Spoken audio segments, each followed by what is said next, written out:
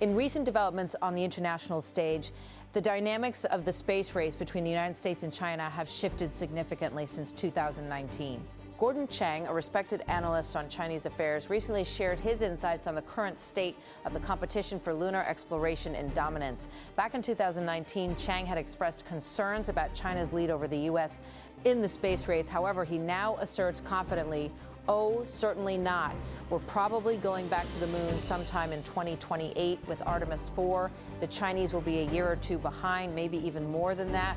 Chang highlights that the race is not merely about reaching the moon, but also about exploiting its resources for economic, scientific, and military gains. He credits the revitalization of NASA and the significant contributions of commercial ventures like SpaceX for propelling the United States ahead.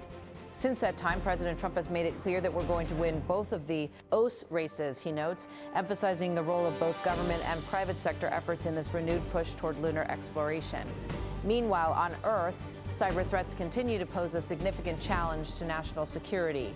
A recent notification from the FBI to Congress about a cyber hack categorized as a major incident has raised concerns, with reports suggesting that China is the primary suspect behind these attacks. Chang reflects on this ongoing issue, stating, "Well, clearly we've had these incidents that go back more than a decade, and so this is on us. We're just not defending our networks appropriately, and we're not imposing costs on China for millions of cyber attacks a day on our networks." He argues for imposing economic consequences on China as a deterrent against future cyber attacks, expressing reluctance to retaliate with cyber measures that might expose U.S. capabilities. You know, you can say the Pentagon is fair game, the FBI is fair game, but our commerci, our enterprises are not fair game.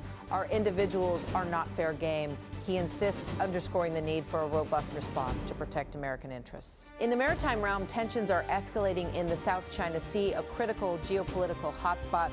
China has reportedly resumed its island-building activities, constructing a massive base in the region, as highlighted by recent satellite images. Chang calls for increased attention to these developments, considering the South China Sea is the most volatile flashpoint in the world that is not currently experiencing war.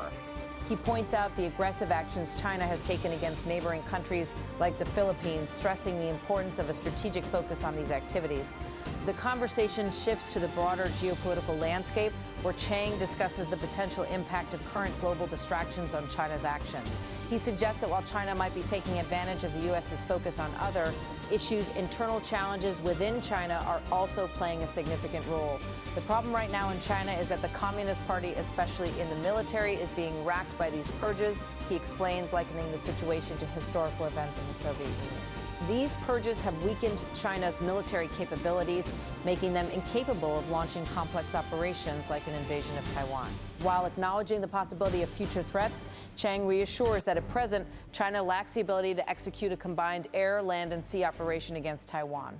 In conclusion, the geopolitical landscape continues to evolve rapidly, with significant implications for global security and stability. The United States must navigate these challenges with strategic foresight, balancing efforts in space exploration, cybersecurity, and regional security to maintain its competitive edge on the world stage. In the evolving landscape of international geopolitics, particularly concerning the United States and China, the race for dominance in both space exploration and cyber warfare presents a complex and multifaceted challenge. The discussion with Gordon Chang, a noted expert on Chinese affairs, sheds light on these critical arenas. The space race, once dominated by Cold War-era tensions between the U.S. and the Soviet Union, has now evolved into a multifaceted competition involving national pride, scientific discovery, and strategic advantage. Since 2019, significant developments have altered the dynamics between the U.S. and China. Chang asserts that the U.S. has gained a significant edge in this race, largely due to the revitalization of NASA and the burgeoning influence of private companies like SpaceX. We're probably going back to the moon sometime in 2008 with Artemis 4, Chang remarks, underscoring the momentum behind U.S. efforts.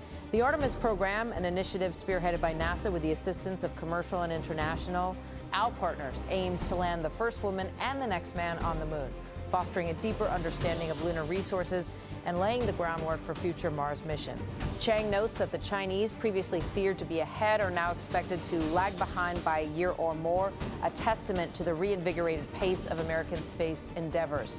Yet this race is not solely about reaching celestial bodies. It is equally about harnessing lunar resources for economic and strategic purposes. As Chang articulates, there's a race for the moon, emphasizing the broader implications of lunar exploration for scientific and military purposes. This ambition is not lost on China, which has also accelerated its space program.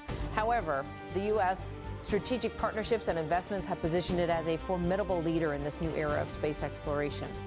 On a more terrestrial front, the cyber domain presents a different kind of battlefield, one where the lines of engagement are left. SS visible, but equally perilous.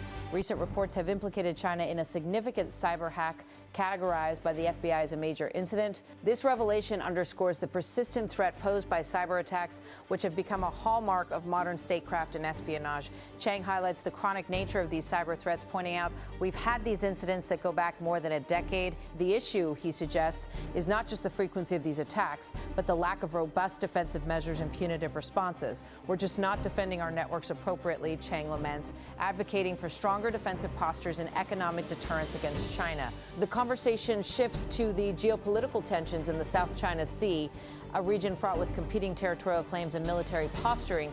Satellite imagery revealing China's continued island-building activities compounds the strategic tensions in this critical maritime corridor. Check.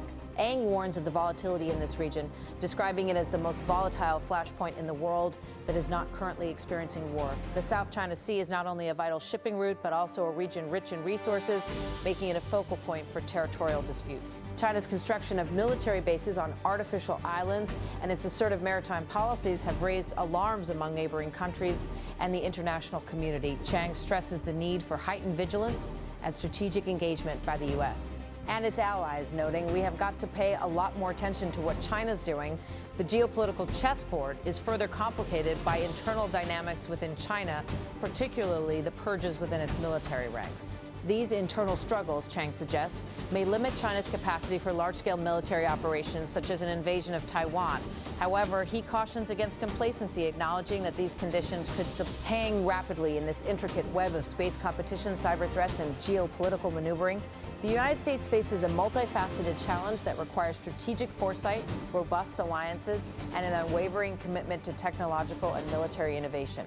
The insights provided by Chang illuminate the complexities of these issues, highlighting the delicate balance of power and the critical need for strategic vigilance in an increasingly interconnected world.